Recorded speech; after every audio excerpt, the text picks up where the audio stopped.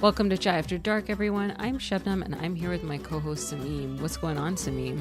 What's up? Nothing. I'm just sitting here in my closed loop system. Ew. We'll get to it.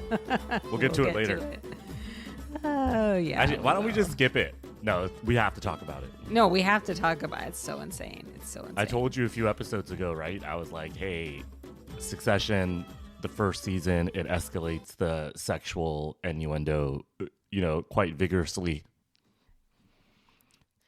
But it's a little white lotusy, right? It is. It's a little White Lotusy. Okay, first tell me, what are you up to in the next hour after this? Because you seem really busy. I'm going to Phoenix. I'm going to my cousin's wedding again. Oh, your other cousin. What did you think I was doing? I totally forgot about that. Yeah. Oh, I forgot. Yeah, I knew that. I just forgot. Okay, cool. Yeah. Once Sophie gets back from school, then we're going to take off. We're going to fly to Phoenix, and then I'm emceeing the wedding tomorrow. So Really? Hopefully you didn't listen to the last episode. Wow, that's exciting. I look forward to all the stories when you get back. Oh, yeah, definitely. So today is Tuesday, and then maybe we can tell a couple stories on our next movie episode. Yeah, that sounds sounds great. What? We haven't discussed this yet, and before we get into Succession, episode 8, Pakistan banned cousin marriages, right? Did they actually do that, or was that just an Instagram thing? I don't know. I don't know if they did. You saw the same article I did, right? I wasn't sure if it was legitimate. Yeah, I wasn't sure either. But, I'm thinking it's a good idea after a while because things, just get a little dicey if you do that over generations. You know what I mean? I don't know.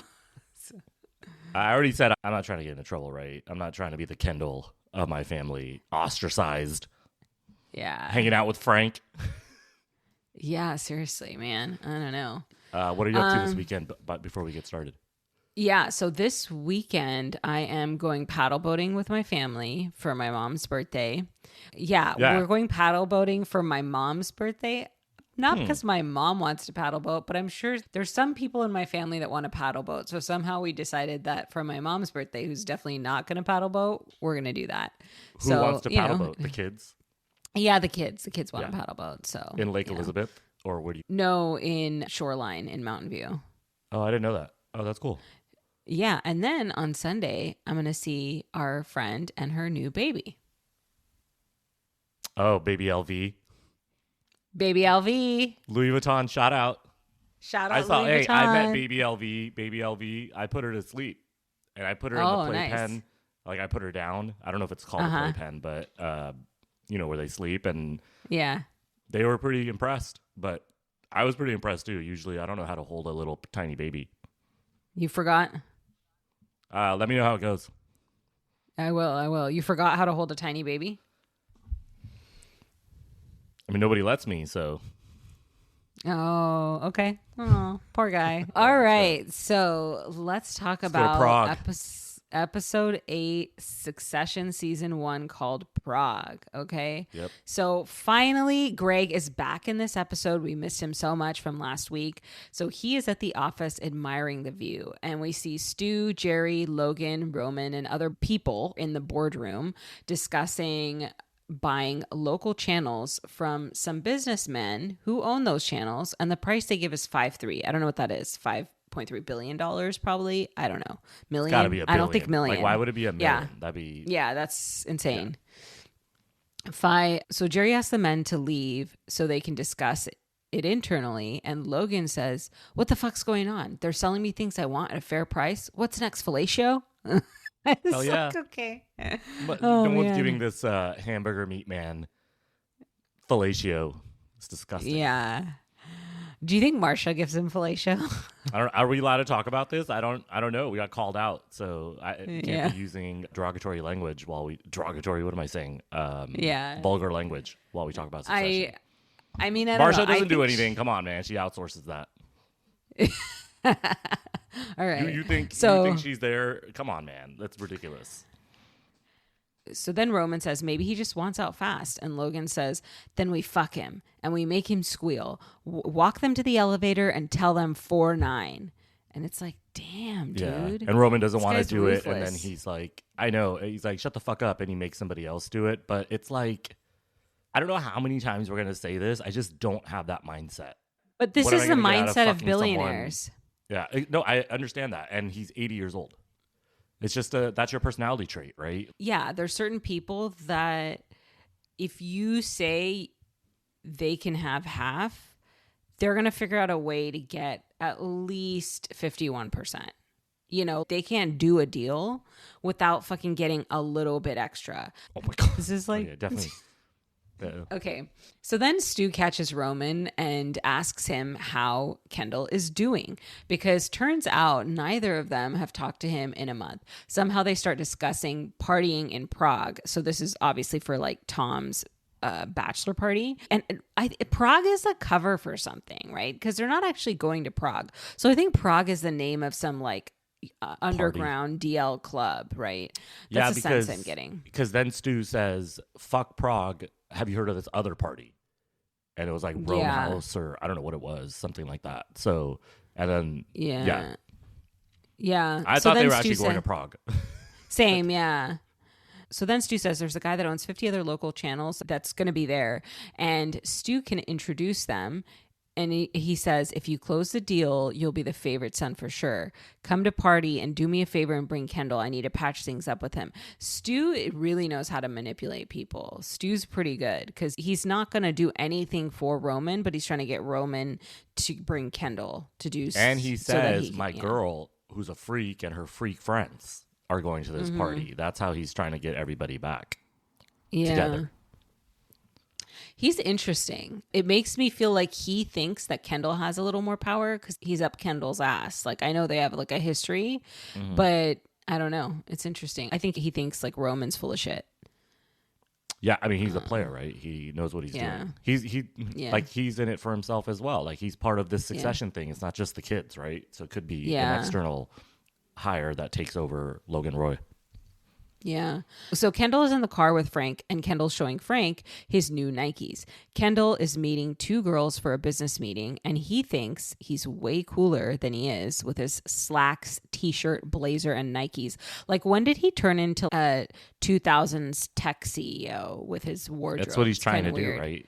He even like says that to the ladies once he starts the meeting. He's like, I bought these Nikes because I thought you guys would be dressed like Bjork. Yeah. Yeah. So fucking stupid. Yeah. So he's making a huge ass of himself, kind of mischaracterizing their business in front of them. And then he starts talking about his sneakers. He says, I don't know anything about art. What I do know is how to monetize your concept and achieve the scale it deserves. We're the Rebel Alliance. I'm a good guy that knows the bad guys, and I'll fight for you. He says, what do I have to do? Throw my shoes out the window? And he starts taking them off like a moron. Like, he's just being really demonstrative and performative and stupid. And the girls, you kind of feel like, hey, they're kind of into his dickery for some reason. So it seems to be going well. And so he goes out of there. He's all happy, and they seem like kind of happy, and it is what it is. I mean, he does kind of like come across, lets his guard down a little bit, and he's approachable. And I think they think that he's being upfront with them rather than going to like this big ass VC, because this is him trying to like invest in up and coming companies, right? Him and Frank starting their own little, like, boutique firm. And I think he's trying to work for his dad's company without really digging in to the shitty stuff and without being too close to his dad. I think he's trying to keep his dad at arm's length also. I mean, he wants back in, obviously. And I think he wants to be cool, you know? Like, don't think he's cool? Like, no, I think he's a dork that's trying to be cool. He's trying to do drugs to be cool. He's trying to suck up to his dad to be cool. He's trying to suck up to new entrepreneurs to be cool, but he's just not fucking cool. But isn't that what we all do? Like, we all want some sort of validation and coolness factor. I understand what you're saying. He's taking it to a level where it's like, oh, I saw it on TV or social media, and I'm trying to be that person. He's trying to emulate something like that doesn't really exist. So I think you said it in the last episode too, where like these kids just grow up privileged, but they don't have their own soul, right? Everything is through their dad. Yeah. I mean, I think everybody needs validation and searches for it. But at some point, you hopefully have some sense of self-esteem yourself. He doesn't seem to have like a sense of self or like a sense of what he wants to do. He's just going any which way where like he could be cool. You know, he's like, who's going to see me as a boss? I'll go be your boss. He's not like trying to learn how to be a leader or how to be a good investor. He thinks like by osmosis of like being around his dad, he's going to be good at that. I don't know. At that level, it's kind of a perception thing, right? It's not so much what you can do, it's what more people perceive you as. And that's like, if Kendall's going to invest in a company, people aren't going to like ask him numbers and go through the deck. He's like, I don't want to go through the deck, right? When he sits down with these ladies. So he's just like, you either like me or you don't. You know, I have unlimited capital to invest. I think that's what the meeting's about. And if they're into his like shenanigans, then it could be a good investment. By the way, those two ladies, I don't want to make fun of like tech founders or something, but that was like a parody as well, right? Yeah. Like, they're trying to be like these cool, like, oh my God, I'm like a young hip, I'm trying to democratize something. Shut up. Democratize. I hate that word. Yeah. Who democratizes art, by the way? That doesn't even make any sense. I don't know. Those are the kind of people that called themselves lefties and now they're like right at center, like 10 years later. So NIMBYs, right? They're San Francisco NIMBYs. Yeah. So where am I? Let's just talk about closed loop system the rest of the time. No. Let's go 40 minutes with it. So then Logan accepts a meeting with Greg, okay? Because Greg's been trying to meet with Logan. And Greg basically helps Logan to download a video online because Logan can figure out how to do it. And it's a video, turns out, of Gil saying Logan is a cancer to America. And Logan says, do me a favor. Can you make sure Kendall doesn't come back in the box? Keep an eye on him. What does come back in the box mean? The boardroom. Oh, okay. I don't know. I actually don't know. Okay, maybe that's what it is. I don't know. And Greg says, but that doesn't yes, make sir. sense because that means he has to go through security. What is Greg going to do? I was actually kind of confused about this scene too. That's why I don't actually know what they're talking about. Yeah, so all we get a sense of is that Logan wants Greg to keep an eye on Kendall. And so Greg says, yes, sir. But he also asks Logan if he can move to digital because where he is can be borderline abusive. And Logan is surprised. He's like, Tom? But Greg is like, yes. And then he says, and then, you know, Logan is like, I didn't know he had it in him, but sure. And then Greg says, muchly appreciated. And he walks and he walks out. It's like muchly appreciated. And then we see at the arena where Gil is giving a speech, Shiv has a plan to get Gil to pivot to center. And Nate tells her that won't ever happen. And she's confident she can do it. Just then, Tom calls her about being unsure he should go on his bachelor party because he doesn't want to like cheat on her. And she reassures him it'll be fine. So then we see Tom's side of things. And Tom is at this railroad track with all the guys and they're trying to figure out where to go, how to head to this party. And then Roman goes, who wants to fuck a hobo? No? Okay, let's head over to the party. And they have to like walk through this tunnel basically with railroad tracks underneath it. And the guys follow Roman into the tunnel with the train tracks. And Roman says, Prague fell through. I'm getting a sense it's all a ruse.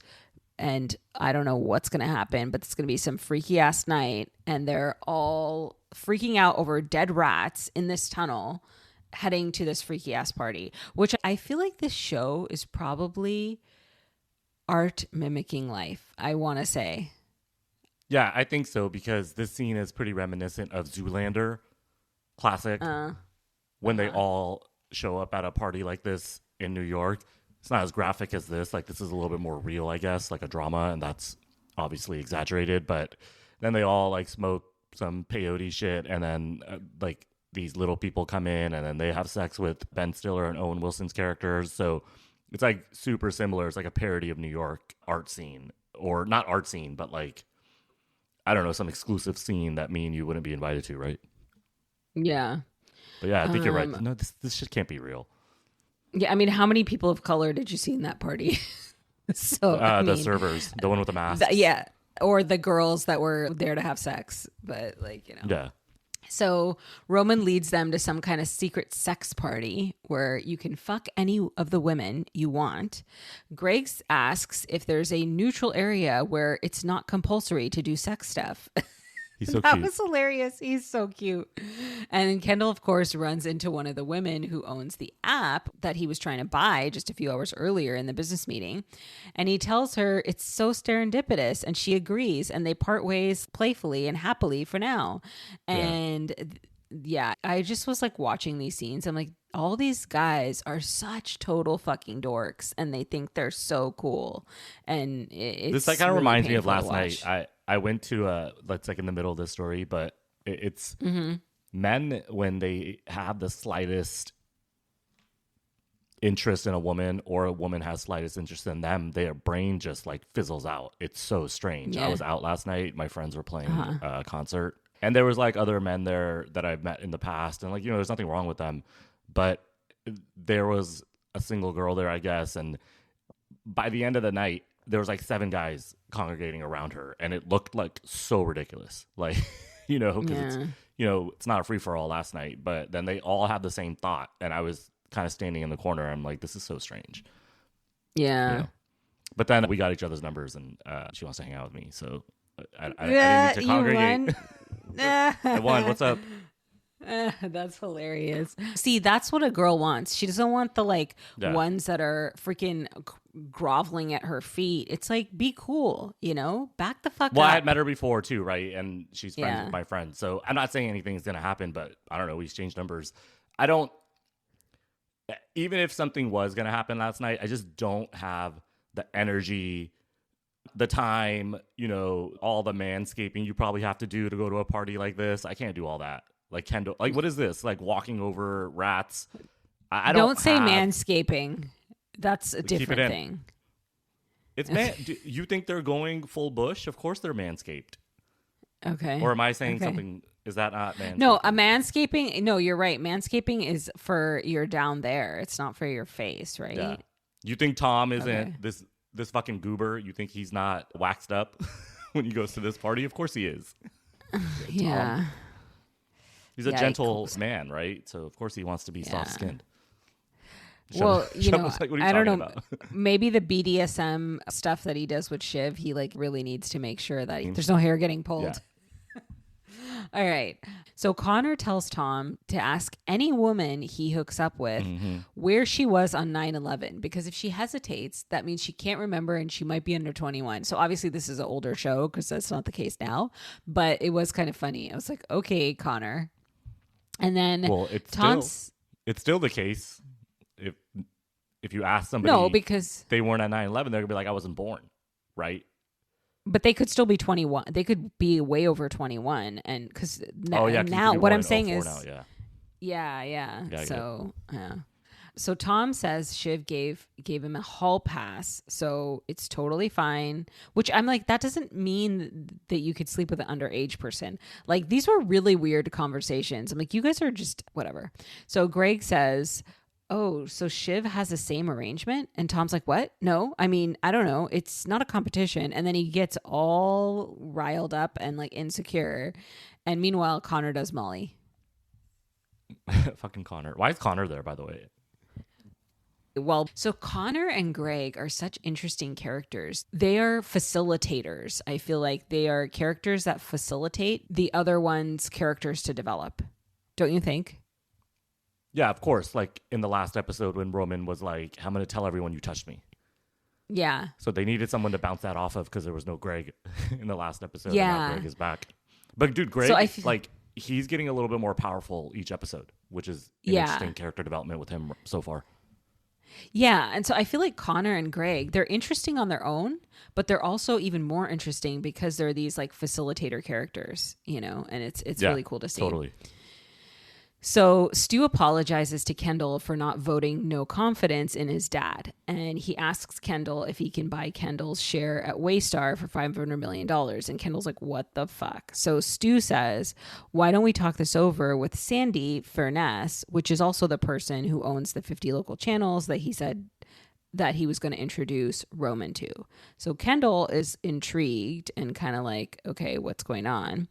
And they decide to do that. But then we see Shiv and Nate back, you know, after Gil's big speech. And they hook up in bed. I think this time they actually did it. This in is bed like together. very clear. Yeah. Yeah. Yeah. So then Nate makes some comments about when they both get a divorce and get together, and Shiv makes it clear that no, this is just fun for her. Shiv says she told Gil to dial it back against her dad, and Nate says he told Gil to go after Waystar more, and they debate about political strategy. This is weird. Shiv is a weird character. Well, I feel like Shiv might be trying to use her, and she doesn't really know what she's doing there. She thinks that she's more powerful than she is and that she's probably going to like change the course of things or something.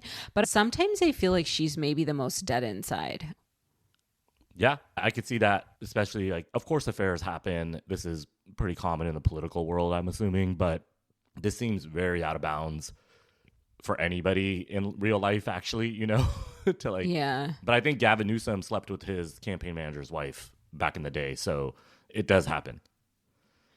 Yeah, probably more than we know, but yeah. Totally. So back at the bachelor party, Stu introduces Sandy to Kendall, who is a man, to my surprise. I thought Sandy this whole time was going to be a woman.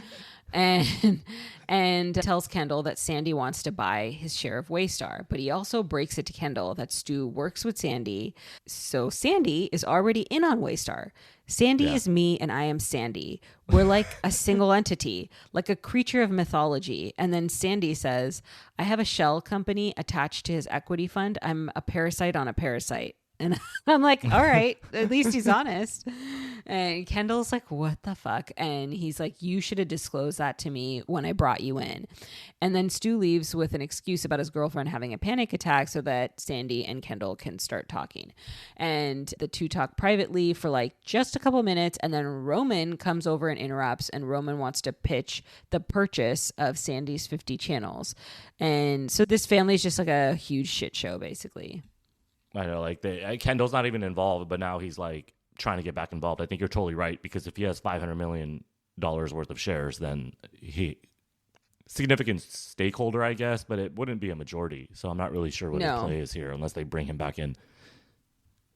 Yeah. Well, he could potentially fuck over his dad by selling his share to somebody that had more share, right? So Stu. I don't know. They are using big business to just kind of just like be petty with each other, which is so, I don't know. It's like, but isn't that what power is? I guess. Yeah. Yeah. I mean, like even right now, look how petty every leader we have is. They're just more out for the benefit of themselves than any of us. Yeah. So I get it. Like this is like their company, their investment, they hold the purse strings. They can puppeteer all they want. This I actually get. As much as I rail on like billionaires and people not doing enough with their money, this is like, I kind of get it. It's like a private sort of corporation. You want to do what you want to do with it. Billions of dollars at stake, and it's TV channels. Who gives a shit? Just go do it. You know, I don't know. When you buy a conglomerate to like politicize the news, kind of like that Sinclair Broadcasting we were talking about, or like Fox News, or even like whatever mainstream media, then it's all bullshit anyways. And these guys are just taking shit from one place, giving it to another, and then private equity comes in, blows it all up anyways. You're right. It's literally like, it's not even a game of chess. It's just a game of, I don't know what you would call it, just like risk or trauma. Yeah. Trauma-based risk. Trauma. Yeah. All right. It's a closed loop system. They just keep passing these companies around to each other. That's exactly right. It's a closed loop. That's what, if we were to rename this episode. Yeah, if we were to rename this episode, we would rename it a closed loop system. Tom would. Tom would, yeah. So after Roman interrupts the conversation, Kendall and him talk privately, and they really get into it. Somehow they end up arguing about this game they used to play when they were kids. Apparently Kendall would lock Roman in a dog cage and feed him dog food. Kendall says Roman wanted it and he thought it was a fun game, and Roman says it wasn't, and Kendall leaves and Roman runs to Connor to ask what he thought, and Connor says Roman liked it and it was like chocolate cake that he was fed, not dog food.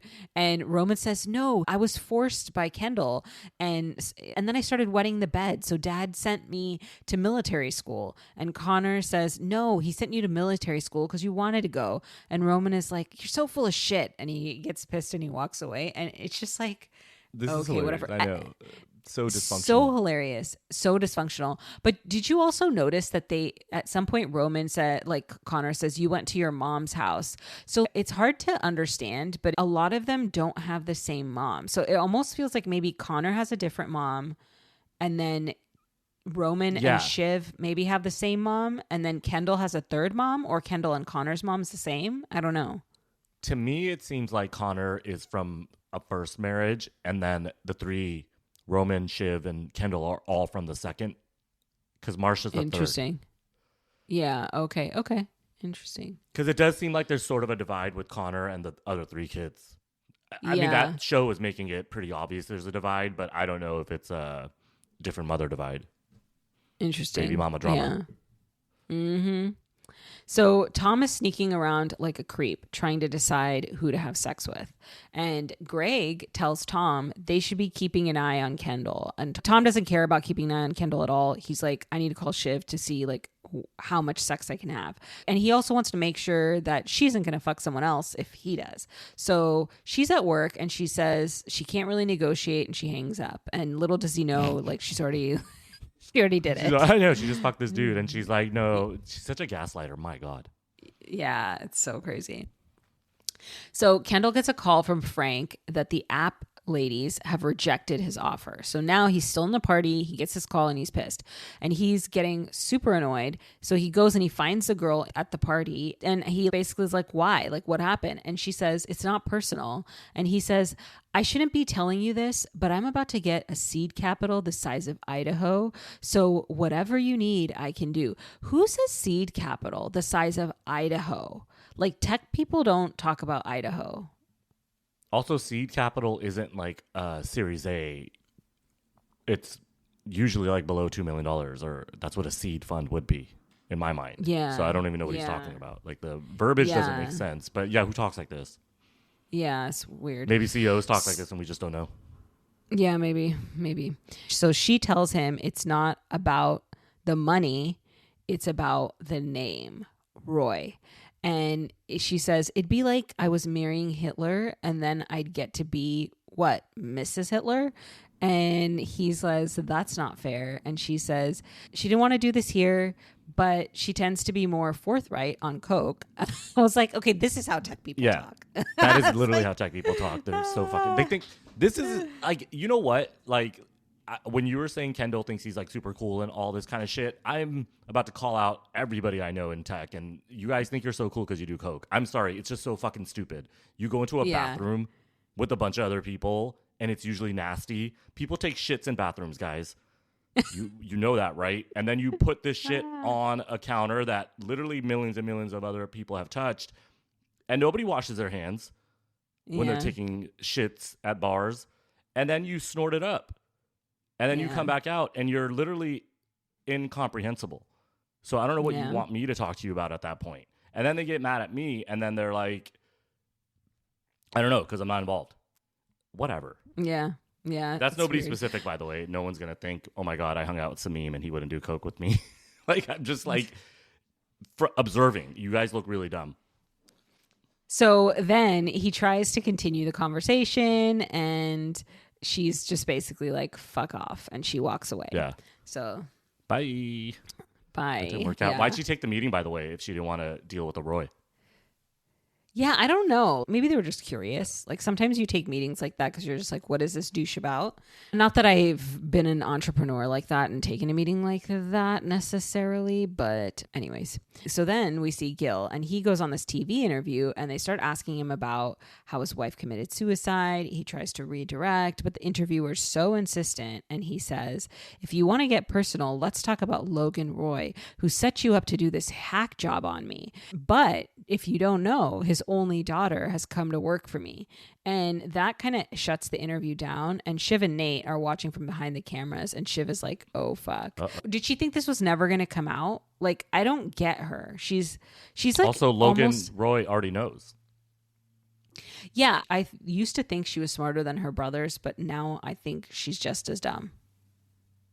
Yeah, this is just, she got wooed to come work for this guy. But it's also because she wanted to be near power, right? So if Gil becomes president, the other boomer president she doesn't have a relationship with. Logan does. Yeah. I don't know. All of these children are trying to make their dad submit to them because he's made them submit to him.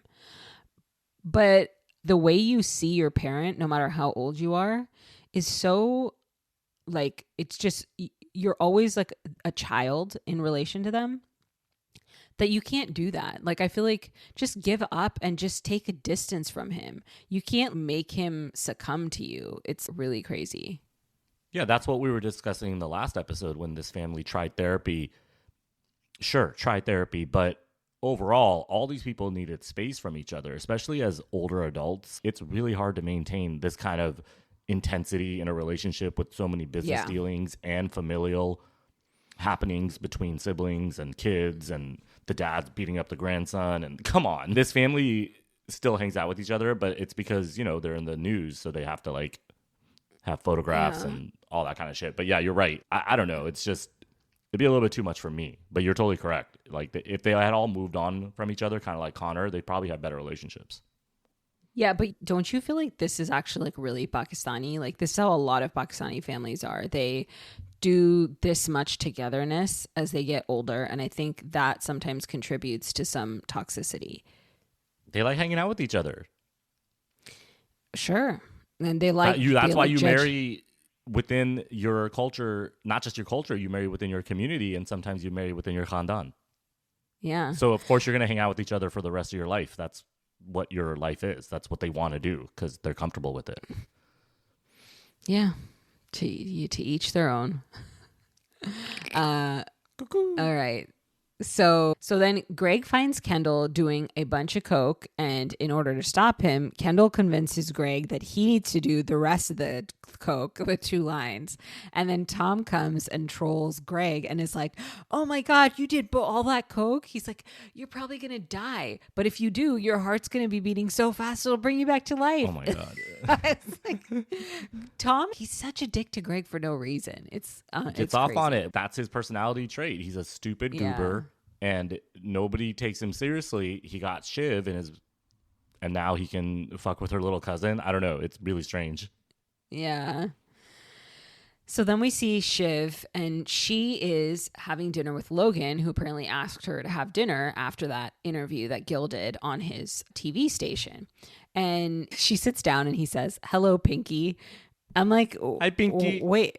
Pinky Hi, auntie. Pinky. Hello. Pinky auntie, how are you? Pinky and Ruby, and what else is there? Pinky, Ruby. What's popular? There's like 40 of them. Yeah, there's like Pretty. 40 of them. Yeah, this was really dicey. I was like, that's funny. So he ends up telling her that she needs to tell Gil's team to not talk about his family or him as a father on his network or any other, or he will end them. I'm like, okay then. So then Logan tells Shiv, "Look, you're being used by Gil." And he tells her she has potential and he always thought she was the smartest. And she says, "Oh, right. That's why you tried Kendall and Roman first. I can see through this transparent act." And she's so right. He's totally manipulating She's right about her. that, yeah. Totally. Or maybe he does think she's smart, but he's really patriarchal and he's like, it should be a son and not a daughter. I don't know. Well, Kendall seemed like he was the most involved, right? And she was doing political campaigns, and Roman's jerking off onto windows. So I don't know why he went Roman second. Yeah, that's true. Yeah. So Logan responds, "I've always tried to do right by you. Maybe I should let them come for you." And she's like, "Who?" And he says, "I don't know, but I hear things." And she says, "Are you threatening me?" And she says, "If this is the way things are going to go, then fuck off, Dad." And he says, "Then I'm truly sorry." I was like, dude, this is diabolical shit, man. They are like, he is definitely like in the psychopath realm. Like, he'll cross lines. Oh, totally. Which is why I'm saying, which is why it's so crazy to me. Why are they trying to beat him at his own game? If you want a soul, just leave, right? They're in New York or wherever they are. Just freaking go to Florida, like California. Just move and live your own life. You know, it's hard to imagine being a slave to a corporation, right? And even if this is a family matter, it's still a corporation. That's what I cannot wrap my mind around being attached to something that's not human or soul. You see what I'm saying? They're like attached to Waystar. Like it gives them a purpose, like you said. I don't have that in me. I don't think I could ever do that. Even if I had my own company, even like Chai After Dark. I know it's small, but it's like, it's not like, I'm not like, oh my God, I'm Chai After Dark, right? These guys are like, I'm Waystar. Yeah. Yeah. I think it's deeper than that. I think it's like about family and ego and pleasing their dad and hating their dad, but wanting to beat their dad. And like, it's just so insane. I don't know. They need a lot of therapy. So, yeah, seriously. So Tom's therapist. yeah, it's like hazardous for someone to be their therapist. So Tom says he's decided that he's just going to go for a handy, just keep it simple. So Roman is wondering if he'll actually go through with it. And he watches on like some creepy voyeur that he is, because he's the creepiest voyeur of them all. Don't you think Roman's character kind of like, he feels like he should be part of the Addams family? Did you say that already on an episode? Maybe. I just don't remember the context. I think we said somebody was part of the Addams family. Yeah. I don't remember who I said that about.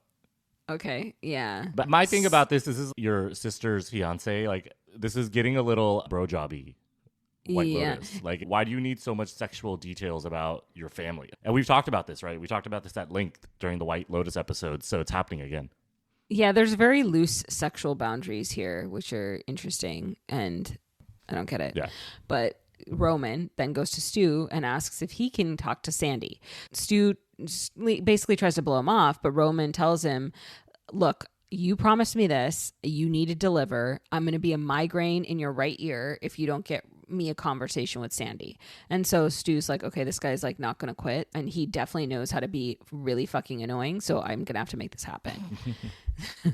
So then we see a scene at the bar, and apparently Connor's telling everyone he loves them. Right. And I'm like, okay, this was a cool context, because I'm like, okay, Connor just like loves everybody. And maybe he's always high on E, and that's just like his permanent state. And that's why he like loves everybody. Yeah, I mean, or I still think it's what we said last time. He's a firstborn, spoiled ass brat, and the dad actually did love him, because the dad didn't love any of the other kids. Yeah, maybe. Yeah, could be. So then Tom comes over and tells Greg that a woman. Here we go. Yeah. So here we go. Let's get. Hey, audience. Listeners. Callers. Perk up, okay? Perk up. Yeah, here we go. This is the best part. So then Tom comes over and tells Greg that a woman just gave him a blowjob and kept it in her mouth and then kissed him and basically dumped his load back into his mouth, and he swallowed it. And Greg is like, you swallowed your own load? And Tom said, it's a thing. There's a word for it. I've heard of it before. And he's like, I just can't think of it. And Greg is like, I haven't. Greg at this point, he's like, I just want to go home, but apparently their car isn't coming until 5 a.m. so they have to like stay and wait. And then Tom says, I'm having the time of my life, and Greg's like, this is nightmarish. This is awesome. This is such a good scene. It's such a good scene. Man, Tom just gave all that power he had over Greg, and he just gave it right back to Greg, right? Yeah Because Greg has this information. Yeah. How could you tell someone this? Yeah, this is what I'm saying. These people don't realize they're big dorks. So then we see Shiv after dinner. She's walking up to a hotel room, and Nate answers, and he says, welcome to your bachelor party. And she's kind of down, and she asks to spend the night, but she doesn't want to sleep with him. And he's basically like, okay, so I guess they're just gonna like, she's his like, they're gonna cuddle again. Yeah, he's like an emotional support animal for her. That's what I feel like. Yeah, but he sucks. I'm sorry. Like, I can't even imagine him being like a sexual being for anybody. I'm sorry. I don't know what it is. It's just the false confidence, I would say. I don't think he's that attractive. I guess he's meant to be sort of a thorn in Tom's side. I totally get it. Like, the character, he's not supposed to be like an amazing person, right? It's supposed to show a destructive element of Shiv's, I would say, through Nate. But I don't know. This guy bothers me so much. You know, I feel like Nate is to Shiv as Stu is to Kendall in a certain way. Like Stu manipulates Kendall and Nate is a manipulator of Shiv, I think. Even though... Yeah, you're right. Yeah. Yeah. Even though both the siblings think they have the upper hand, I think it's the other way around. Yeah. Interesting. Also, Shiv gets manipulated by the dad just right before this scene. She gets manipulated by Gil in the previous episode. She gets manipulated by Nate 3 episodes in a row. So she's pretty... I kind of feel for her a little bit, only because she doesn't know what to do. And at least, I don't know, she does seem like she wants to do the right thing, quote unquote. I mean, political campaigning. Politically, not in her personal life. Yeah. Yeah, exactly. Yeah, I don't know. Yeah. So then back at the party, we see Kendall and Connor. So they start talking about Roman being traumatized by the dog game when they were kids. So then Connor casually comes out with this story and he's like, Dad's theory was that you get 2 fighting dogs, then you send the weak one away, then everyone understands the hierarchy. And this hits Kendall in the soul. Kendall is like... holy shit. He just kind of realizes that his dad's been like manipulating them since birth and kind of grooming and manipulating them, and he gets like livid inside, and you could see he starts turning to the dark side now. So he goes to Sandy and he says, keep your money, bring me in, we fuck my dad together. And Sandy says, what about the rest of the family? And he says, fuck my family. And Sandy says, what's your end? And Kendall says, CEO. So Sandy seems convinced, kind of, for now, right? So this is what you were saying. Yeah. This is exactly what you were saying. This was always going to happen. You said it in the beginning that like they need a consortium of investors to come together to take over the dad. Yeah. But what were you going to say?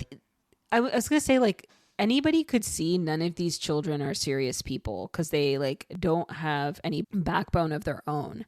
So I'm going to go down this road again. Any man that's so oppressive like this, I feel like his desire is to raise children that are equally feared by other people, but he definitely wants them to fear him, and you can't have both. So his kids are just all like pussies that are manipulatable. They're all beaten down.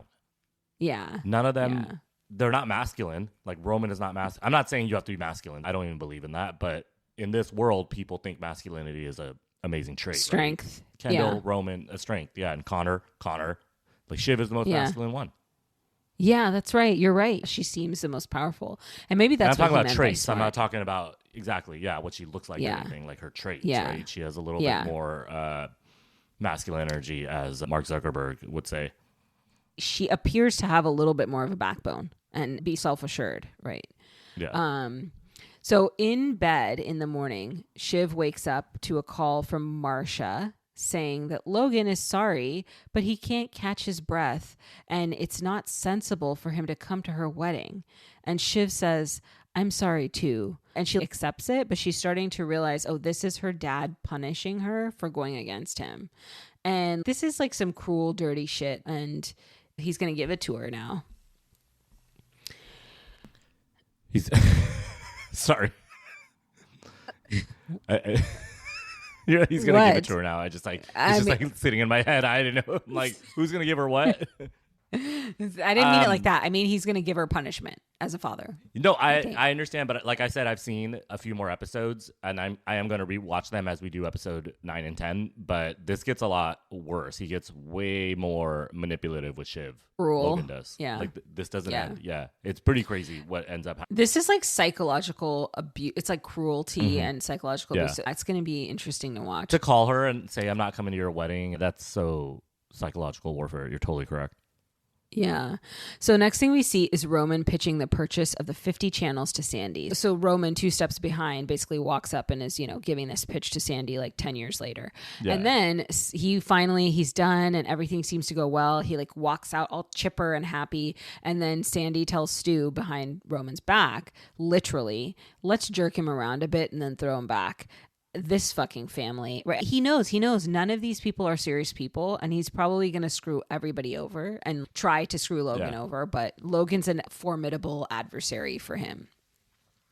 So Kendall and Roman, So Kendall and Roman go down the elevator to meet the rest of the guys in the car, and you start seeing Kendall's dark side. He like stares down Roman, then he shoulder checks him on the way out. And Roman is confused. He acts like a little brother, but he's confused. This is weird because even Kendall, when he goes dark, he's like stupid. He's just a child. He like does it in a childish way. Totally. I mean, he's a little. I mean, this is what he was taught, like you said. This might be when the power starts coming out because keep in mind these kids are still pretty young. He's only like 38 right now. Yeah. Yeah, that's right. And as you said, 38-year-olds are still kind of stupid. Yeah, exactly. Yeah, sorry, they are men. I'm not talking about women. Yeah. So then we see Connor, Greg, and Tom are waiting for their car. So then Connor comes right out. He tells Tom, Greg, you swallowed your own load. And he says, yeah, but it's cool though, because it's kind of like I didn't cheat. My sperm stayed in my body, kind of like a closed loop system. Whoa. What? Like, where do you come up with this? And also, it's not a closed loop system because it went in someone's mouth. Yeah. And then it came back. Yeah. What are we talking about here? I love it. Like, I don't love that. You know what I mean? Like, it's just amazing to see. Tom thought he was so fucking cool. And then when people say it again, and then they say it again, and you can see just his excitement level gets decreased. And then he's just like, oh my God, the worst post-nut clarity, right, of all time, probably, for him. Yeah. And so then we see Connor calls Willa and he tells her he loves her. And she's just like, okay, whatever. Like she starts talking about food or something. This man literally like is just a permanent. He's like E as a person. Yeah. He's like E as a person. He's just always loving someone. And then Roman and Kendall walk up. Roman congratulates Tom on swallowing his own load. Again. His like face is just like, oh my God, I can't believe I did this. Yeah. Obviously, Tom's like super excited to get back home to Shiv and get away from these guys. And he sees her and she demands to know what happened. And he gets nervous and he's like, trying to think about what to say. And then she says, just kidding. She has a little bit of her dad in her. She loves to fuck with Tom and scare the shit out of him. She's just really like insane. What Tom does it to Greg, right? So she's pretty ruthless, like we just said. I think she is the most ruthless one, the most masculine energy one, but also none of these kids have any confidence. So that's the issue. Like she doesn't have her self-confidence, and obviously Kendall and Roman, they struggle with it too. But I don't know. I really don't understand why these two want to get married. Yeah. I mean, I know why Tom wants to get married, and I think she wants to do it for appearances. So I mean, there's like a thing to be said. If you want to do something like this, then like just be open or be like swingers or something. And then who cares? Like there's a community for that. Go do it. Yeah. I think she thinks maybe Tom wouldn't want to do that if she comes right out and says it. So she's being like, you could cheat on me. And, then she's going to be like, well, you cheated on me, so I cheated on you. And so let's just be cool with it. I think she's like going to ease into it like that. But yeah. So then Kendall, you can see he's going dark side totally. And he decides to plant stories about the women who own the app. And he tells the news outlet to say that they're junkies, sluts, and shoot seed capital up their arms. So he's taking a page out of his dad's book, like literally 2 seconds later. So there you go. And that's how we end the episode. Kendall on drugs is quite the guy. Yeah. Quite he's changed, right? Animal. Since episode 1. Yeah. Where's Rava when you need her? Come get your man, Rava. I know. But this is like, I don't know, to plant a story like that because someone said no to you. But they did insult his family, so I kind of get it. But he also doesn't like his family. So it just seems vindictive for vindictive's sake. Yeah, because that's what he is. I think he's just vindictive. Do we have any tea time today? Let's do tea time on our next movie episode. We will have a movie episode dropping this Thursday with our good friend Noreen from Muslim Matchmaker. And we are covering... What are we covering? We're covering The Namesake. Yeah, we covered The Namesake. Yeah. We recorded it already. We'll get it out there. There is some tea at the end, right? Yeah, there is some really good tea at the end, so stay tuned for that. And catch us next week on Tuesday for episode 9, the second to last episode in season 1 of Succession. That's a wrap, guys. Let's go. Have fun, Sameem. Have fun at your cousin's wedding. I'll keep it open. No, I'm not going to make that joke. I'll keep it open. I'll think of you while I paddle boat. Yeah, do it.